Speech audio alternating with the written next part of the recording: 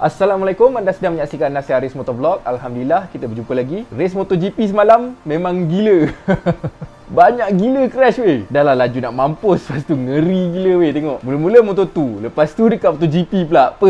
So untuk video kali ni aku just nak bersembang sikit tentang race malam dekat Red Bull Ring. Specifically aku akan sentuh sikit tentang dua crash yang sangat mengerikan tu. Salah siapa dan paling penting macam mana dia berlaku. So tanpa buang masa, jom.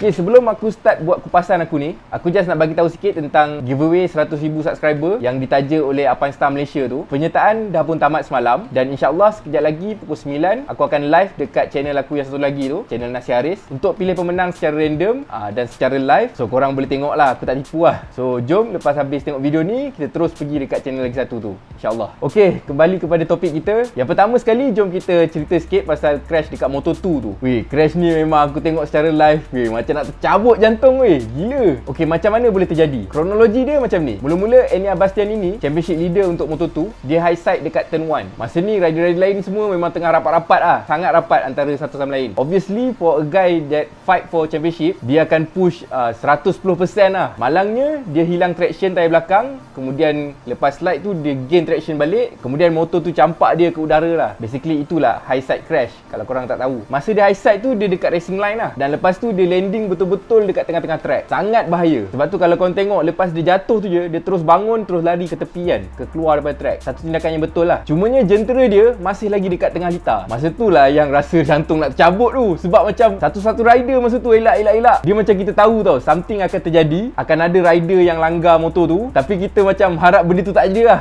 Benda tu tak jadi. Dan apa yang exactly kita tak nak terjadi tu jadi. Hafiz Syarin, pelumba harapan negara, telah berlanggar dengan satu motor yang statik dekat tengah-tengah track. Tak bergerak daripada speed, kemudian langgar something yang tak bergerak. Wish, memang gila lah. Tak ada apa yang dia boleh buat sebenarnya. Kalau korang tengok keadaan turn 1 Red Bull Ring tu, dia dari starting grid dia menurun tau. Dia menurun, kemudian dekat breaking point tu dia naik balik. Dia macam naik bukit. Sampai kat Selikoh, dia dah start turun balik. Jadinya riders memang susah nak nampak. Situasi dia macam blind corners. Kau hanya akan nampak sesuatu kat depan tu bila kau dah nak sampai kat situ, bila dah terlalu dekat. Situasi Hafiz Syarin masa tu lebih teruk sebenarnya. Betul-betul sebelum dia langgar tu, dia tengah drafting rider kat depan dia. Biasalah, ni kan track yang macam banyak straight. Kalau nak kompetitif, kau kena make use of every advantage, termasuklah drafting kan. Atau cucuk dapat rider depan supaya kita boleh dapat drive yang lebih baik lah. Malangnya, sebaik saja lepas rider depan Hafiz tu, iaitu rider tim Petronas SIC, Jack Dixon, lepas dia elak je, bam,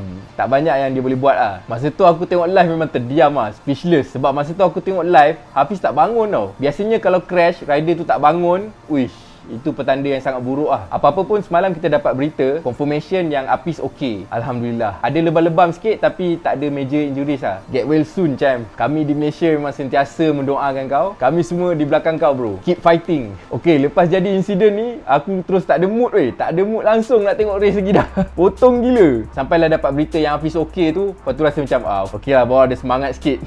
Masuk race MotoGP pula. Awal-awal lagi dah nampak Paul Espargaro kemain agresif lagi weh dia. Aku rasa dia lagi agresif daripada Marquez tau. Masa tu aku dalam hati macam, ni apa benda lagi nak jadi ni kan. Tiba-tiba alih-alih kamera dah hancur 2 biji motor. Weh, bersepah-sepah masa tu kan. Masa tu aku tak tahu siapa yang crash lagi. Yang aku tahu dia crash dekat part braking turn 3 yang kira paling laju lah. Part paling laju dalam circuit tu. Crash kedua ni rasa macam lagi haruk lah daripada crash pertama. Cumanya rasa lega sikit sebab nampak Zarco bangun lepas tu. Crash ni berlaku antara Zarco dengan Morbidelli. Dan lepas tu Zarco terus bangun pergi kat Morbidelli. Nampak Morbidelli pun kira sedar lah. Bukan terbaring lah. Hai, tragis gila lah race ni. Okay, jom tengok macam mana crash ni boleh berlaku. Punca dia, Zarco dengan Morbidelli, diorang arrive sebelum corner tu kira sama tau. Kira Zarco dekat belah dalam iaitu belah kiri dan Morbidelli dekat sebelah kanan, ataupun dia sebenarnya dekat belah kiri juga tapi dekat sebelah kanan Zarco. Masa ni Zarco cuba potong Morbidelli. Dia break lewat sikit. Yalah sebab Zarco pakai motor Ducati. Dia punya speed lagi tinggi kat situ. Masalahnya bila Zarco dah terhimpit ke kiri, bukanlah sengaja kena himpit, tapi position dia tu dah terhimpit tau. Terlalu ke dalam. Bila Zarco break je, automatically motor dia akan wide ke belah kanan. Motor Morbidelli masa tu dekat kanan Zarco, walaupun dah dekat belakang sikit, tapi dia tak sempat elak atau apalah. Terus tayar depan dia langgar dengan tayar belakang Zarko. Itulah punca dia. Dekat speed yang macam tu, lebih daripada 300 km sejam, tak banyak yang diorang boleh buat lah. Even kalau diorang tahu apa nak buat pun, tak banyak yang diorang boleh buat. Yelah, dengan efek angin kan, efek slipstream daripada motor Zarko tu, memang huru-hara lah. Tak boleh bayang tu macam mana. Aku rasa kalau Morbidelli tak ada kat situ dan Zarko akan wide ke belah kanan tu, aku percaya kalau pelanggaran tu tak berlaku, maksudnya Morbidelli dekat belakang sikit lagi, Zarko mungkin boleh betulkan line dia. Sebab aku tengok kat mana impact tu berlaku, masih lagi dekat line-line hitam yang bekas tayar motor-motor lain tu lah. Tapi bila motor Morbidelli langgar Zarko punya tayar belakang tu je, terus lose the front, kemudian basically dia flip-flip lah. Motor Zarko pula masa tu boleh straight tanpa rider. Kemudian sampai dekat divider tu, langgar, hancur, lepas tu berflip-flip lah, siap terbang lah. Part ni lah orang kata yang nasib baik sangat tu. Valentino Rossi dekat depan, tengah cucuk Vinales, tengah susun strategi dia lah nak potong Vinales kan. Tiba-tiba zas, 2 biji motor lalu depan dia weh. Gila. Sikit lagi. Masa tu Vinales sampai lepas handlebar, cover kepala dia pakai tangan. Aduh, gila.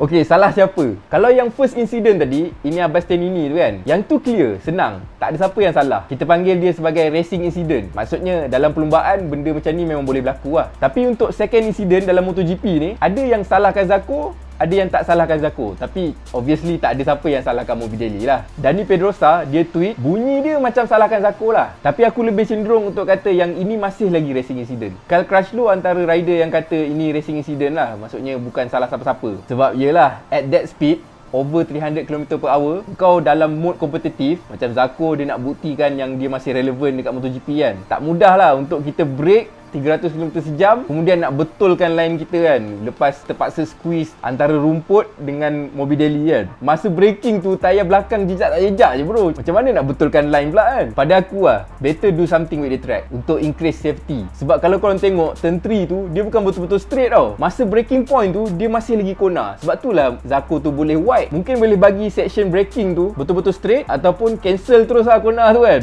buat lencongan. Sebab yelah, clearly benda ni boleh jadi lagi. Bahaya weh, bahaya. Cuba korang bayangkan kalau sepehan daripada motor Zarko tu, salah satu lah, let's say brake caliper lah, kalau dia terbang 300 km sejam, singgah kat kepala.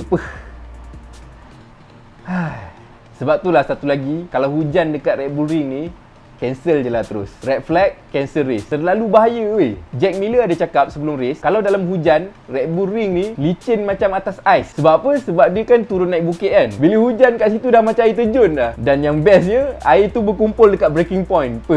Memang GG. Hydroplane. Oh, aku nak sentuh sikit lah pasal Pol Espargaro tadi kan. Aku faham dia marah sebab race masa tu dia tengah lead, kemudian diberhentikan kan. Tapi sekarang ni, kita tengah cerita pasal major accident kau, major crash. Aku rasa dia patut lebih bertimbang rasa lah. Dia punya marah tu simpan sikit lah. Yalah, pasal dia punya marah tu emotional gila sampai dia crash juga. Dia pun crash, siap langgar rider KTM lain pula. Ok lah, sampai sini je kupasan aku. Aku tak nak buat video panjang sangat. Tapi masalahnya bila nak kupas benda-benda macam ni jadi panjang tau. Sebelum aku habiskan video ni, sekali lagi aku harap Hafiz Syarin akan segera pulih. Aku doakan dia cepat pulih 100%, InsyaAllah. Dan aku harap race kedua dekat Red Bull Ring ni tak ada insiden-insiden yang teruk macam ni lah. So macam biasa, jangan lupa like video ni, share dan subscribe.